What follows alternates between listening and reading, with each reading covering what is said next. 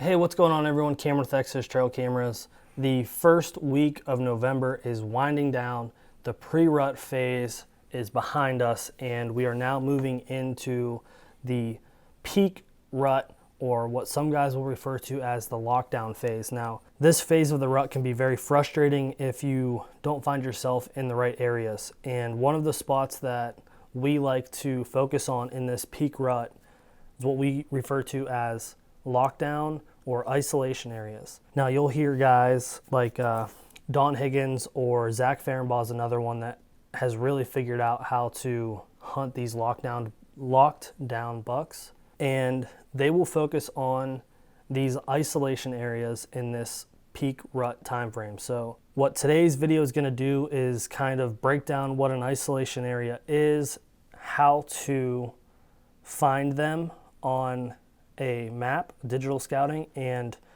how to potentially hunt these areas. So the first example that I'm going to show you is actually from a hunt from Zach Fehrenbaugh from the Hunting Public last year in Iowa. He spotted this giant buck locked down with a doe, and what this buck was doing was pretty incredible. He was pushing this doe towards this river to where she could not escape him. And that is what an isolation area is, a place where a buck can push a doe to be away from other deer and away from predation in order to breed that hot doe. So these locations can be a ditch in an ag field, or an isolated patch of trees in an open field, or maybe a hedgerow or a fence row of trees. And in this example that I'm going to break down is up against a river or a lake, or even it could even be a road. I picked out a few waypoints on my map, and I'm going to break down how I consider these isolation areas, and if I was hunting this area, what I would be doing. So let's take a look at the map. So you can see I have a handful of waypoints, and these are not places that I would be hunting outside of the peak rut. I want to make that very clear. I'm not going to sit in these isolation areas until the lockdown phase is definitely on. And how we are monitoring that is with cell cameras. So if we're on an out-of-state trip and we know that the lockdown phase is falling in to the dates that we're on this trip, we'll dedicate a handful of cell cameras to these isolation areas. And when we start seeing bucks showing up, pushing these does in, we know it's time to focus on that phase of the rut. So the first waypoint I'm going to break down is this point right here. And as I zoom in, you can see that to the west, there is a river. And out to the east and all the way to the northeast for a long way, it's an open fallow field. Now, the reason why I'm considering this an isolation area is if anything tries to approach in this direction, you're spotted immediately. If anything tries to approach from this direction, same thing, you're spotted. If anything tries to approach from the river, that is going to be loud. So this buck that has this doe pushed into here can see or hear or smell in every direction and cannot be approached. Now, this is kind of like Zach's hunt in Iowa last year. Now, let's say this is a point of interest for you and you watched, or on your cell camera, a buck has showed up and he has a doe locked down in here. This is something that you almost need a canoe or a boat to access. And let's just say with a predominant westerly wind, northwest or southwest, or straight out of the west wind, if you canoed in from the north down this river with a southwest or even a northwest, you're kind of slicing that pie, and you get out here, you could potentially pop up in a tree in here and maybe get a shot of that buck. So these types of areas are also very unconventional, and you might have to hunt in an unconventional way. You might have to get on the ground. You might have to use a canoe or a boat to access. You might have to crawl for hundreds of yards, but it can be done. And this is a very good spot for that. So let's break down another waypoint that I have marked here. Just to the southeast, we have another small patch of trees with the river to the south.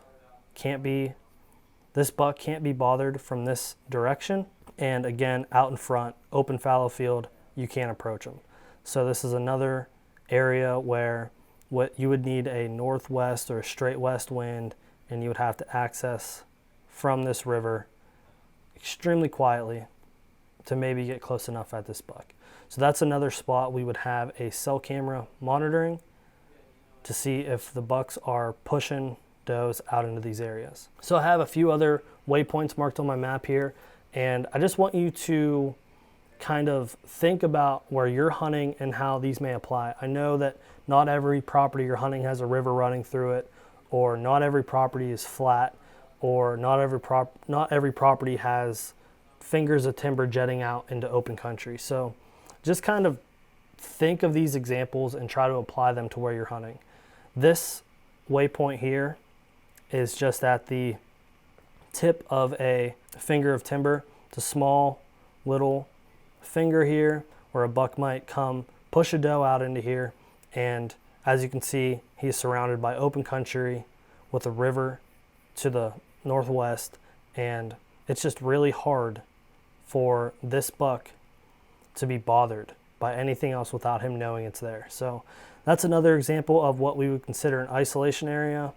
If we zoom out here, I have one more that I want to touch on, and this is another spot where you see there's just a finger of timber, and to the north you have a road. To the south, big open field. This could be an ag field, a fallow field, any type of open country.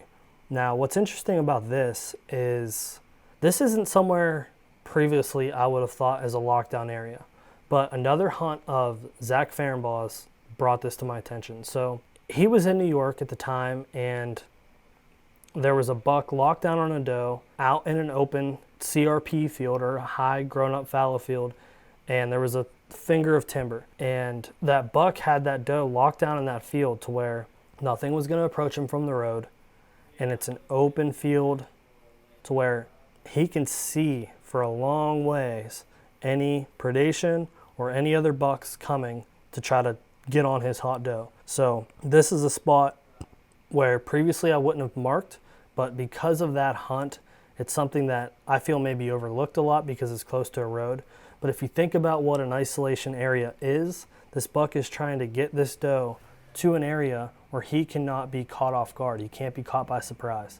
So this is another spot where we would probably have a cell camera in this finger of timber somewhere, letting us know that bucks are starting to push does into isolation areas. So again, guys, these are some examples of isolation areas. If you are in farm country or ag country, make sure you're looking out for the ditches in the ag fields, or isolated patches of trees, or fence rows, small fingers of timber. And if you're in river bottom ground, these would be some great examples of stuff to look for. You may have to get out of the box with how you hunt these, but we hope this video makes sense. We hope it adds some value, and we hope it could potentially help you wrap your tag around a buck this November during the peak rut. So if you have any questions, leave them in the comments below. Smash that subscribe button for us, and if you like this video, leave us a thumbs up.